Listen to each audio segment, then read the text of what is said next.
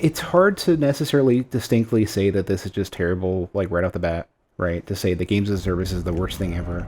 Same thing with like free to play games and all that kind of stuff. Like they're games that operate contrary to the stuff that we grew up on, where we would get a game that was robust with good content, and then when the update came out, it was like an expansion pack. It cost half-ish the cost of the game, but added it practically doubled the size of the game. We're not in that economy anymore. We're not in like '96 anymore.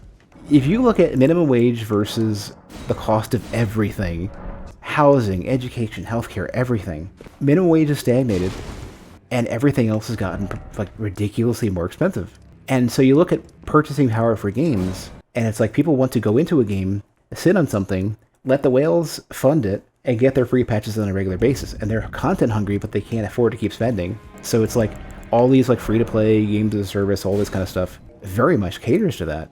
I don't necessarily want to say it's something that needs to be abolished in the current state of where we're at for the economy and everything else. And when I say economy, I don't mean people bullshitting about stocks. I mean, how much can 40 hours in a week, and realistically it should be less at this point, what is it getting you? Can you save half your income after expenses? That kind of stuff. Or can anybody work a 40-hour job and buy a house?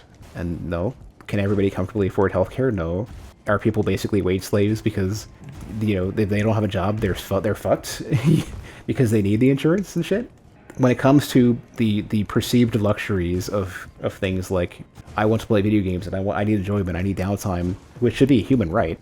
Purchasing games and getting the full package, and then continuing to fund things like expansion packs and stuff, and playing more than one thing, and not being so content hungry from a single source. That's the issue we're looking at right now. It's like, so you look at people wanting enormous amount of content for all these random ass games, and they want to sit on one game at a time and just get content delivered from that developer in massive quantities over and over and over again. There's no way to afford that without creating a scenario where somebody is spending a shit ton of money.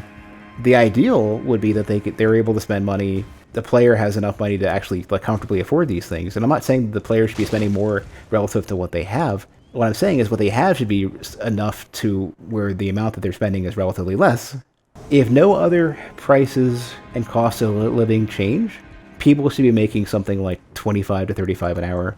15 an hour has been outdated forever. Even though I think we should at least get there, but we should keep going.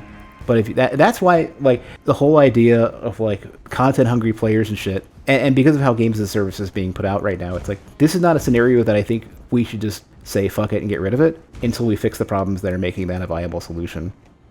Hopefully that makes sense. Hopefully that makes sense. It's a lot more complicated than that, but the basic idea should be the reason why people are demanding so much content from a single source, and they've gotten into the habit of requesting content, such a content delivery pipeline for single games, is because they can't get more content from other sources because they can't afford to hit up 2 or 3 extra games in order to meet whatever they're looking for.